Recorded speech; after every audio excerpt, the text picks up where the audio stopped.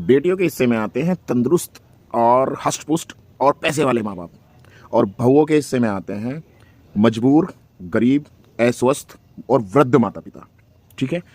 वो बहू अगर अच्छी भी है ना किसी घर में और वो 95% काम कर देती है, तो जो 5% उसने काम नहीं करे, बेटी उधर से फ़ोन करेगी, "मम्मी अगर मैं होती ना, तो ये कर देती और वो कर देती।"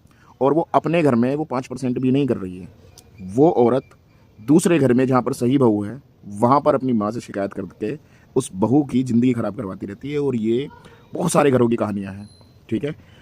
आपको मैं बताऊँ कि सबसे बड़ी बात है कि जिस घरों में अच्छी बहुएँ हैं, आप उन घरों की बहुओं को प्लीज़ वैल्यू देना शुरू कर लो, क्योंकि आज के टाइम पे बहुत कम ऐसा रह गया है। और ये जो लुगाइयाँ, ये जो नंदे जो बाहर जाके अपनी सास-ससुर से सेपरेट रह के जो चुगलियाँ फोड़ती है ना अपनी माँ से, इनको इग्नोर करना सीखो प्लीज़, क्योंकि आपकी लाइफ में वो है जो बहुत सारे करोड़ों लोगों की लाइफ में नहीं है। वो सुख आपकी लाइफ में है। अगर अच्छी बहू आपके घर में आई है, प्लीज़ उसको आप वैल्यू देना शुरू करो।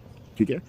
जो आपकी बेटी है, आपको बहुत अच्छे से पता है, बचपन से पता है, वो अगर चुगलखोर है या कामचोर है, तो वो कैसी है। वो आपके पास अगर होती, तो कितना आपकी सेवा करती, और जब वो आपके पास थी, तब उसने कितनी आपकी सेवा करी है। ठीक है? ये आपका मन बेहतर जानता है। मैं हर किसी के लिए नहीं कह सकता, पर जिसके लिए कह रहा हूँ, वो बहुत अच्छे से जानते हैं। जिन-जिन घरों के लिए ये चीज़ मैच हो रही है, वो बहुत अच्छे से जानते हैं। अगर उनकी बेटी, क्योंकि मैं सबको नहीं जानता हूँ पर्सनली, अगर उनकी बेटी उनके साथ होती, तो कितना उनकी सेवा करती और कितना उनका साथ देती।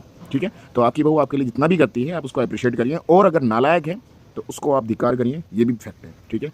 उसको आप छोड़ दीजिए उसके हाल पे, उसका भी वक़्त आना है। धन्यवाद।